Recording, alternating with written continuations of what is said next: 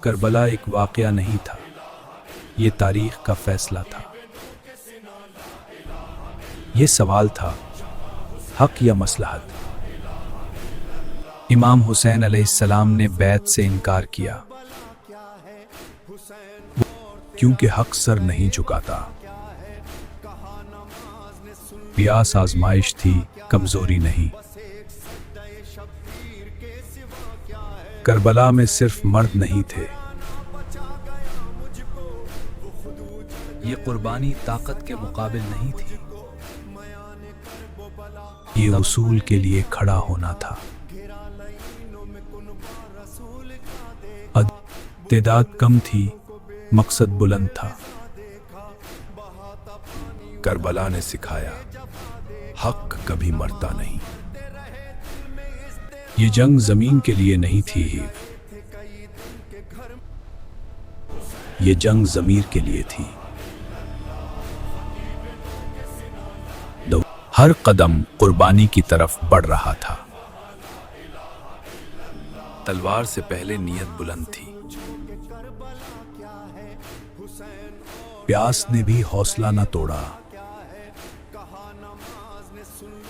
رات گواہ تھی اس صبر کیا۔ تنہا کھڑے ہونا بھی کبھی فتح ہوتا ہے۔ باطل کی تعداد زیادہ تھی، مگر یقین کی طاقت زیادہ تھی۔ کربلا نے ثابت کیا، سچ کبھی ہارتا نہیں۔ صبح عاشورہ خاموشی سے طلوع ہوئی۔ میدان میں فیصلہ قریب تھا۔ زمین بھی اس دن گواہ بنی۔ یہ لڑائی طاقت کی نہیں تھی، یہ اصول کی حفاظت تھی۔ قربانی کا وقت آ پہنچا۔ دم آزمائش اپنے عروج پر تھی۔ حق سر اٹھائے کھڑا تھا۔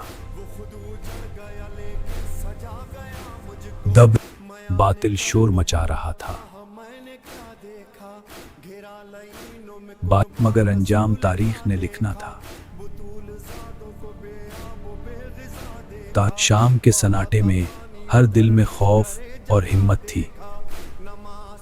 تب پیاس نے بھی حوصلہ کم نہیں کیا۔ ہوا بھی گواہ تھی اس صبر کی۔ تنہا کھڑا ہونا بھی کبھی فتح کی دلیل ہوتا ہے۔